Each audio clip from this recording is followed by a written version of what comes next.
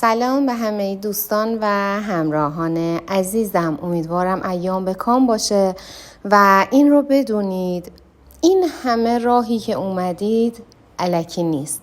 همه چی قرار خیلی قشنگ بشه و نتیجه تلاش هاتون رو ببینید. پس تا رسیدن به هدف نهاییتون دست از تلاشتون بر ندارید و ناامید نشید. با هم آماده میشیم برای گرفتن فال امروز. هر نیتی که در ذهنتون دارید، نیت کاری، تحصیلی، احساسی، فرزند، هر نیتی که دارید انجام بدید. تا چند ثانیه دیگه میریم سراغ دیوان و من غزل و تفسیرش رو براتون میخونم.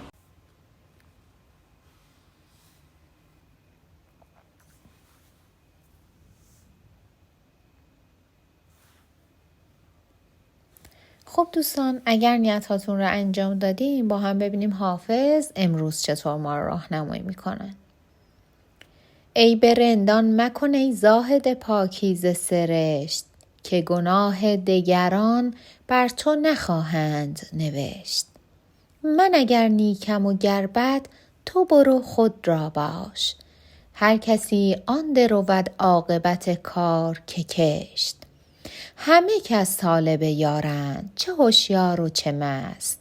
همه جا خانه عشق است، چه مسجد چه کنشت.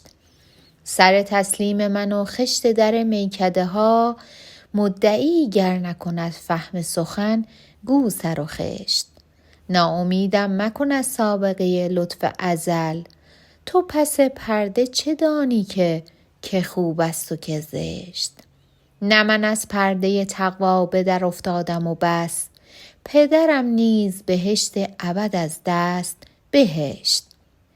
حافظا روز اجل گر به کف آری جامی، یک سر از کوی خرابات برندت به بهشت. خب دوستان، باید بگم در این غزل حافظ میگه در پی پیدا کردن عیب‌های دیگران نباشید که در این عالم هیچ کس بی عیب و نقص نیست. و باید بگم این غزل به استقبال یک غزل از خواجوی کرمانی سروده شده. حافظ به زاهد ریاکار میگه به فکر گناه خودت باش، چون گناه من رو به پای تو نمی نویسن. و در ادامه ازش میخواد از لطف خداوند ناامیدش نکنه، چون از اسرار ازل خبر نداره. اما در تفسیر این غزل حافظ میگه از عیبجویی و کنایه زدن، دخالت در کار دیگران دوری کن. سعی بکن مشغول کار خودت باشی و هر کسی خودش مسئول کارهای خودش هست و شما فقط باید مسئول کارهای خودتون باشید. به دنبال این باشید که خودتون رو به یک آدم بهتری تبدیل بکنید، اشتباهاتتون رو بشناسید و در صدد اصلاح اونها باشید. سعی کنید خودتون رو اصلاح بکنید و در جهت پیشرفت خودتون قدم بردارید.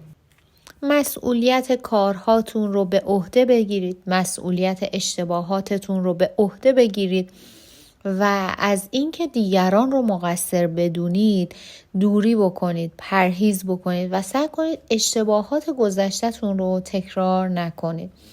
همونطور که گفته شد هیچ کس در این عالم بی عیب و نقص نیست و شما چه خوب باشید چه بد، گناهتون به پای خودتون نوشته میشه. پس این حق شما هست که هر طور دوست داشتید زندگی کنید. منظور از هر طور که دوست دارید، هر طور که فکر میکنید درسته و در واقع در راه درست قدم برداشتن و در راه درست زندگی کردن. آرزوهاتون یکی پس از دیگری برآورده میشه. سعی کنید تقوا و پرهیزکاری رو پیشه بگیرید تا از درگاه خداوند متعال دور نشید و بتونید همیشه حمایت خداوند رو برای خودتون داشته باشید. دوستان، حافظ داره میگه انسانها رو از ظاهرشون قضاوت نکنید.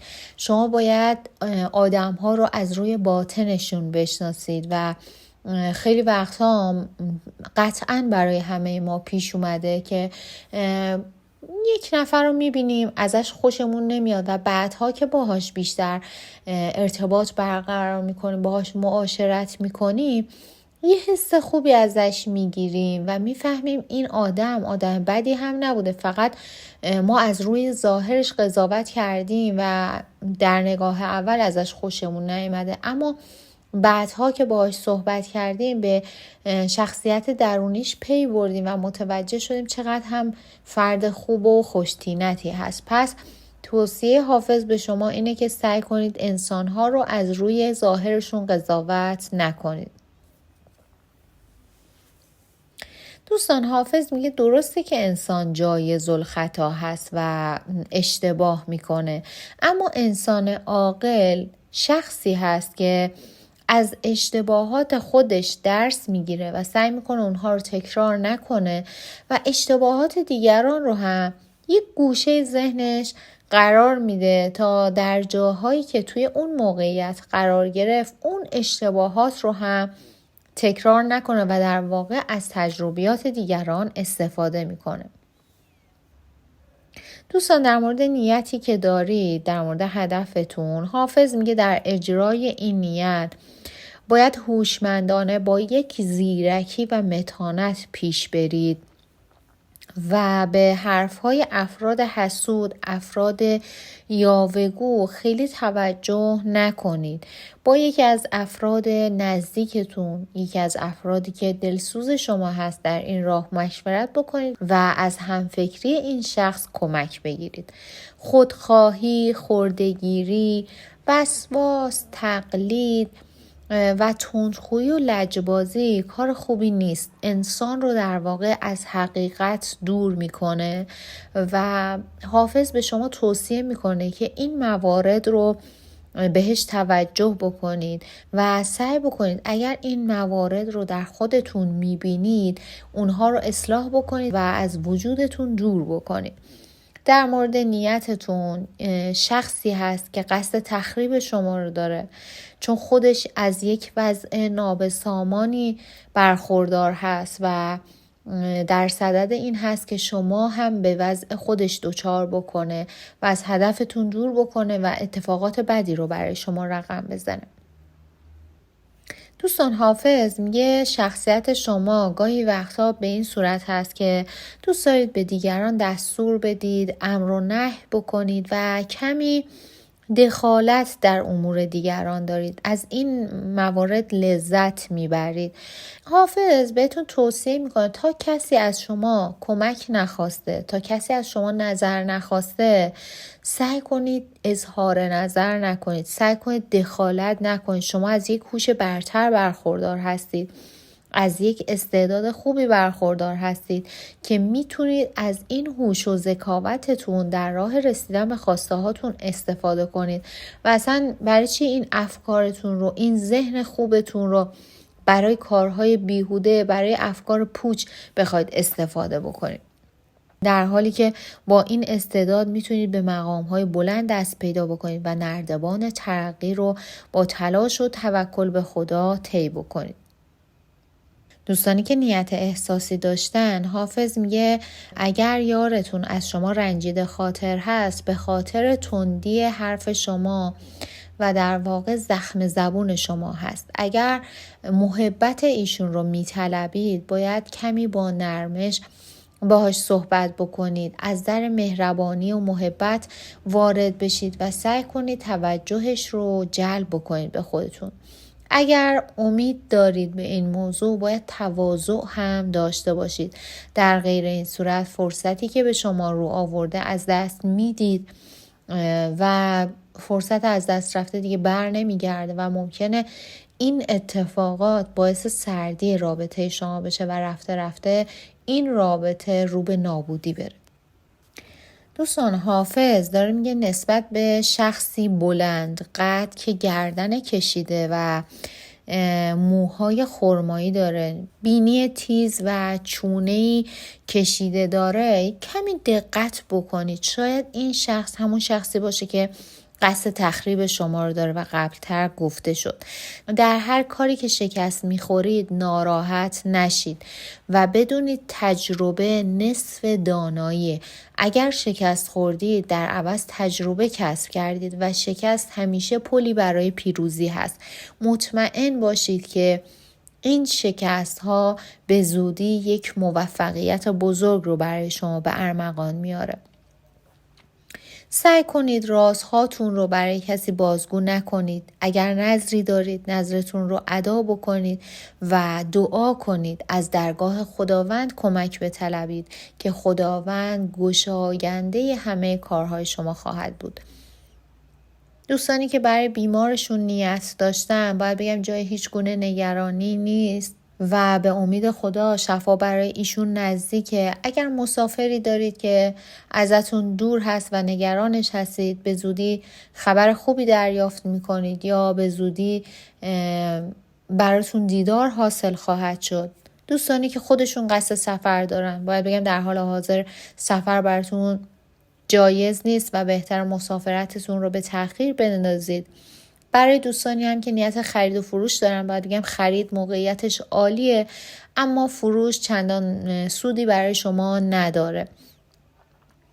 و دوستانی هم که نیت ازدواج یا طلاق داشتن باید بگم ازدواج براتون صورت میگیره اما در کارهای طلاقتون کمی تأخیر و گره افتاده، مثل کسی که اشک چشمش روان شده و دائما داره گریه میکنه، دائما ناراحته و در یک گمراهی هست. این اتفاق برای شما در پرسه طلاقتون افتاده اما نگران نباشید، رفته رفته این گره ها باز میشه و براتون اتفاق میفته. و نکته‌ای که دوستان در آخر غزل حافظ داره بهشتون توصیه میکنه اینه که در مورد هدفی که داری، در مورد نیتتون به هیچ عنوان بدون مطالعه، بدون تحقیق کردن در مورد راهتون دست به اقدام نزنید.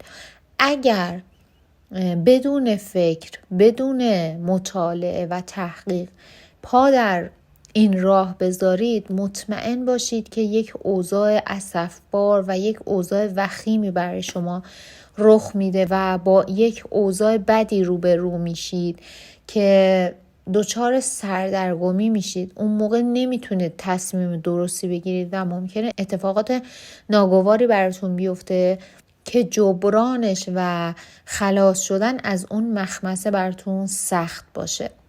امیدوارم بتونید بهترین تصمیم ها رو در زندگیتون بگیرید. سپاسگزارم که دلتون رو به این فال سپردید و تا اینجا همراه من بودید.